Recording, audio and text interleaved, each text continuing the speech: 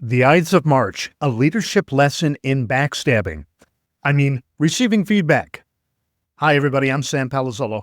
7 years ago, I wrote an article about the leadership challenge receiving recommendations.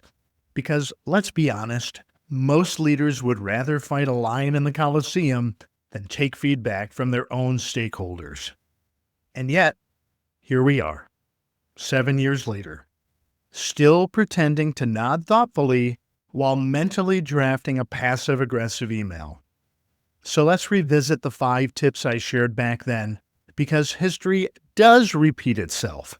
Just ask Julius Caesar. Here's tip number 1. Overstepping subject matter experts. Just because you watched a YouTube video on open heart surgery and you stayed at a Holiday Inn Express doesn't mean you should start cutting open chests. Let's leave it to the experts, shall we? Here's tip number 2, problem recognition. Saying, "We have always done it this way," is like driving into a brick wall again and again and expecting a different outcome. That's a definition of something. I'll get back to it. Here's tip number 3, maintaining ego.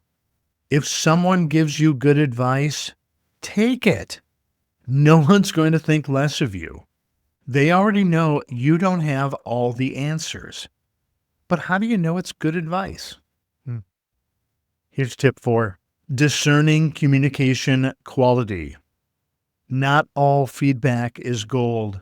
Some, it's just noise. Like when Dave in accounting comes over and tells you how to improve your marketing strategy. Thanks, Dave. Finally, tip 5, implementing recommendations.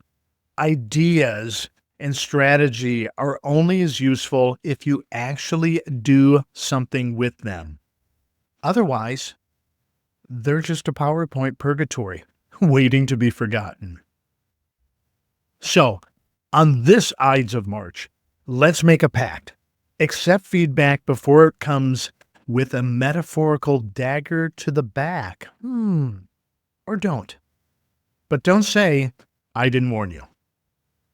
Sam Palazzolo, real strategies, real results. You can get tips like this in my business scaling newsletter every Saturday. What's that? You're not signed up for the newsletter.